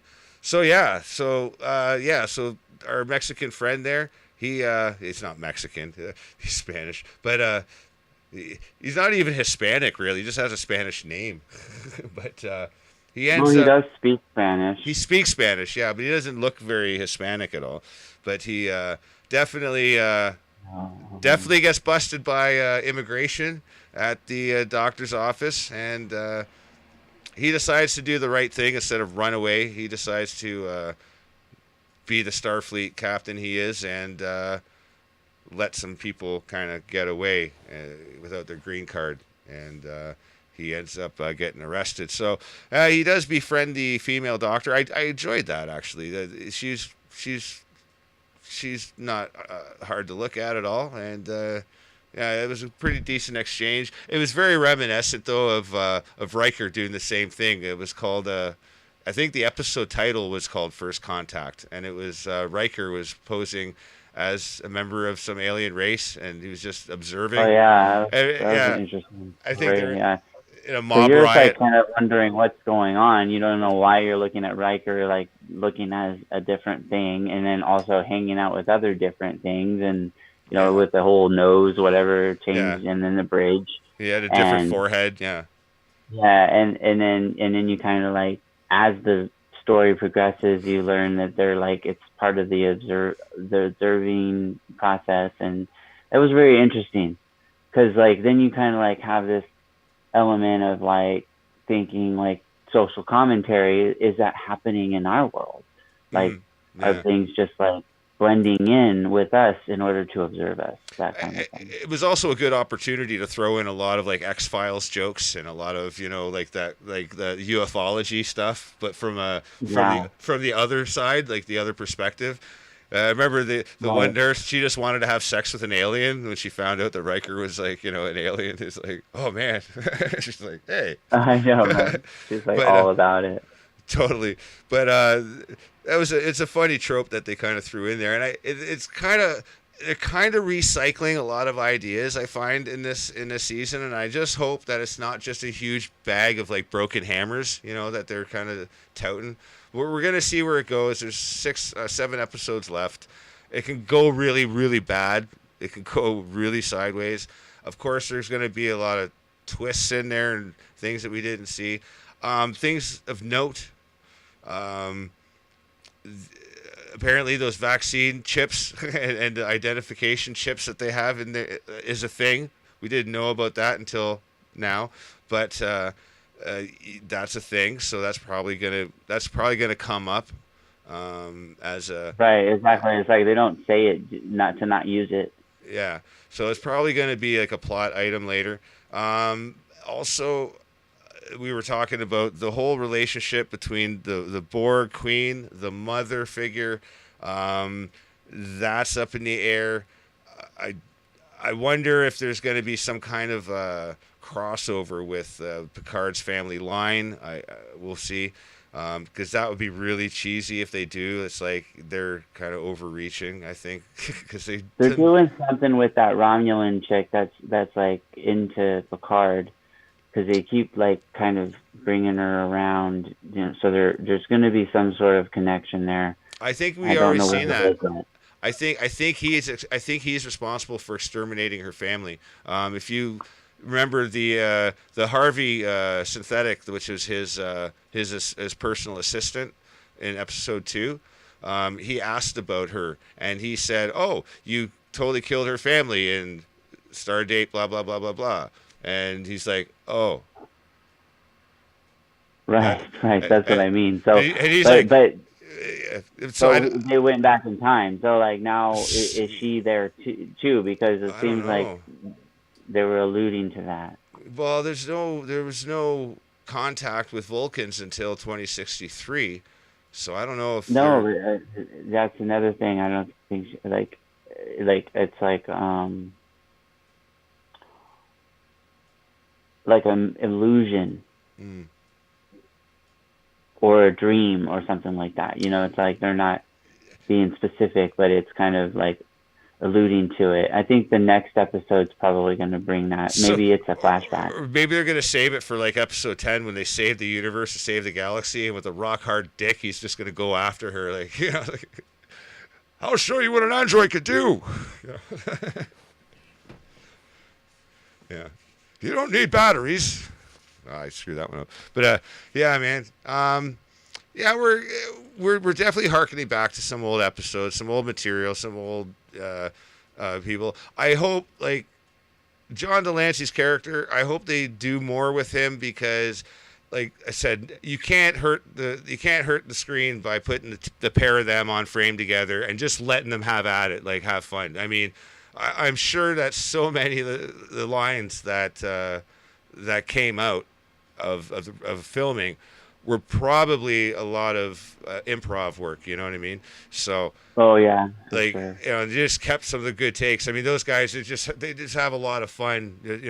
Especially John Delancey's character. Like just having him riff on people is just hilarious. Some of the lines like against Worf were just great. Worf, eat any good books lately? But I don't know what to expect. I don't hate it so far, and I'm just hoping that it stays somewhere in the realm where they are, at least, because we like to enjoy our shows. We don't like to just critically analyze everything to death. But Yeah, exactly. when you see things piss you off, you know what I mean? It's like, oh, come on, you got to get to the root of why. And yeah, some of it is writing, some of it's execution, some of it's the acting, and impressions of what things should be over what they were, and sticking the Well, it canon. seems like with Picard versus like Next Generation, which is where Picard comes from. It's got a lot more of a budget, so they're using that to their benefit. Yeah, and apparently because it's under a new ownership as well, they can't use all of the IP from the original series, like series anyway. They have to keep a certain percentage of it new and different. So there's also that kind of it's a loose factor, but you also have to be careful not to plagiarize that which you're contracted not to plagiarize, basically. So I understand that level of it as well, but that's no excuse for bad writing. Let's be honest. But yeah, I'm looking forward to see what they do with episode 4. We'll do it one episode at a time from here on in, and this was fun. It's basically 2 hours of blathering on in a disharmonious Going round and round. fragmented fashion, like we always do. If anybody keeps up and they enjoy this, well, let us know what you think, and we'll have to continue this next Sunday. Okay. It's almost 3 a.m. on Monday morning. Right. But this late night brought to you by insomnia. The Noonerino will be next. The Noonerino, yeah, because it's always noon somewhere. That's right. Exactly. I'll probably do that after I fix some things. Yeah, we've got the websites are almost back up. Actually, almost everything's up. BeerTube and Blitter are still down. I've got really, really bad news to announce, actually, and I'm not going to make that announcement just now. It is bad. It is sad, but we move forward. Yeah, I fucked something Have up. to always move forward, not behind. Take 2 steps back, 1 step forward. That's how it works. Lately, that's been my level of progress, I'll tell you, to be honest. But um, we are we are we are moving in a direction at least.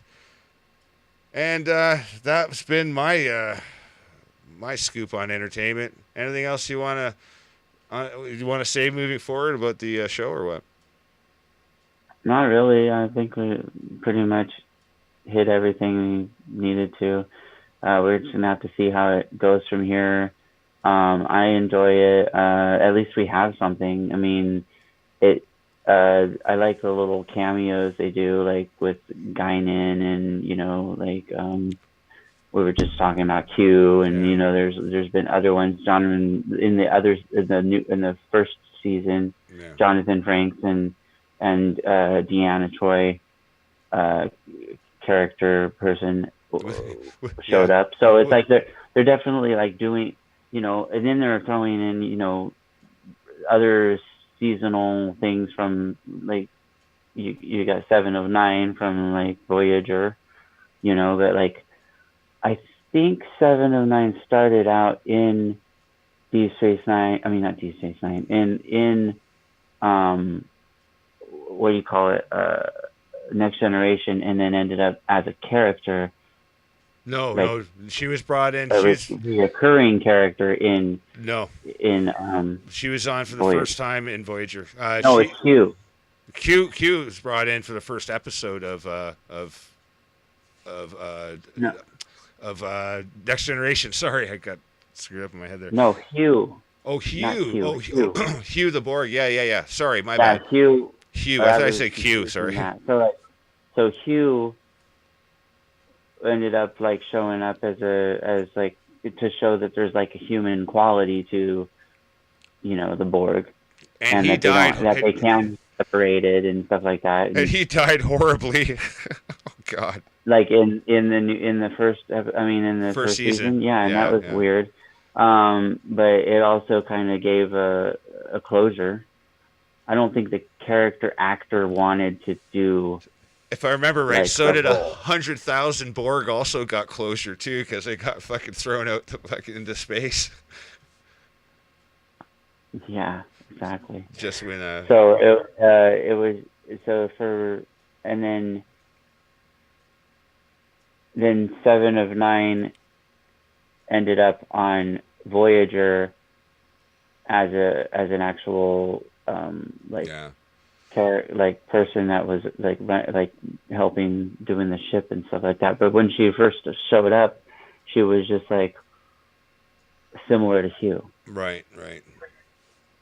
Well, because I guess it's a pretty common baseline. If you're Borg, you're kind of just Borg until you're kind of broken out of your shell, kind of.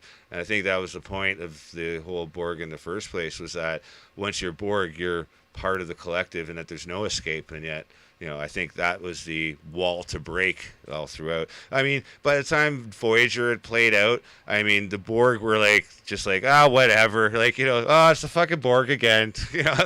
They didn't pose as much of a threat before. They were like an existential threat. That's what made them scary, and they got less and less scary because they just always got outsmarted, and it's like, how threatening can we make them now after they were just not very threatening last week? That kind of deal. That's how it kind of got on Deep Space Nine, in my opinion. But You mean Voyager? Or Voyager, Deep? Voyager. Sorry, Yeah, yeah. Deep Space Nine. I don't remember many Borg No, things.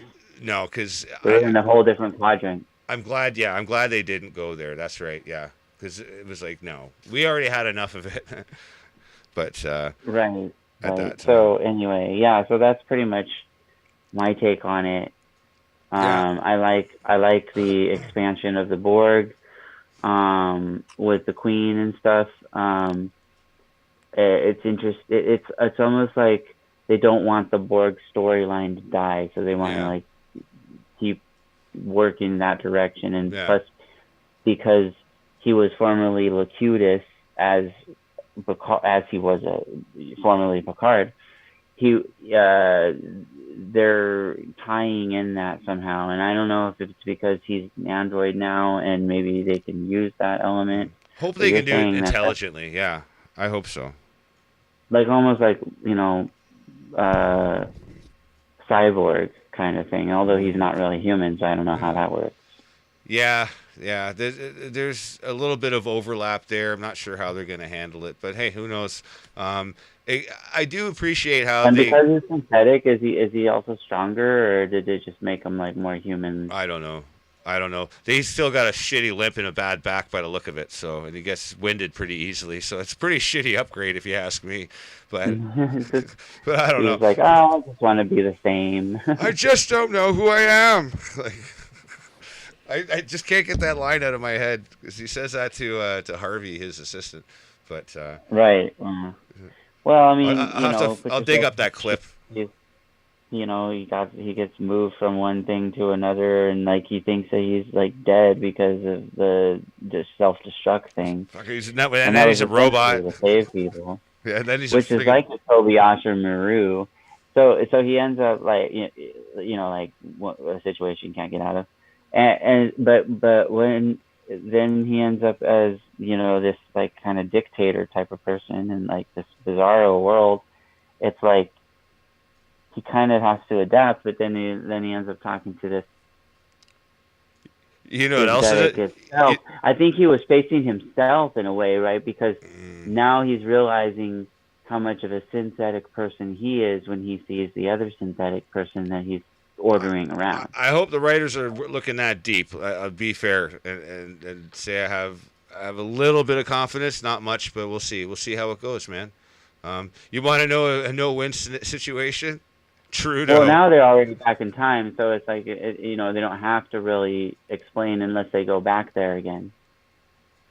Fair enough. They only use that for the time in order to kind of show that he is kind of like a really evil person. Yeah. He's jumped into himself as an evil person. We know how I feel about time travel, so we won't go there for now. Well, again, is it really time travel when it's Q?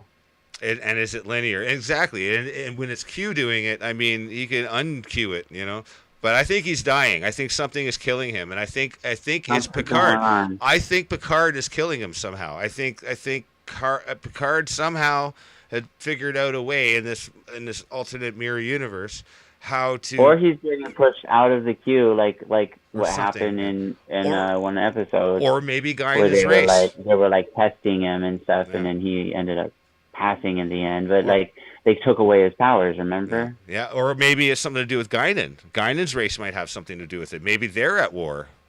Who knows? Because remember, like I said, at this point, is Guinan's race still around, or is this after Guinan's race already got wiped out by the Borg? Well, they didn't get wiped out. They just most of them got assimilated, but there's still like outliers that are still around. Like Guinan's still around, but at this point in history, I don't think Guinan's race has met the Borg yet. I don't think they've met the Borg until between that point, like between 2063, like when we have to revisit the Nexus because she talks about that in that episode. She talks about it like she's aware that there's a change, but she doesn't know what Picard sees in the future. She just knows how to get through the Nexus. But in that episode, it's okay. When Kirk's on the ship, the Enterprise C, at the very beginning of the sixth movie, whatever the fuck it's called, at the very beginning of the sixth movie, the seventh movie, which is Generations. I couldn't remember it for a second there.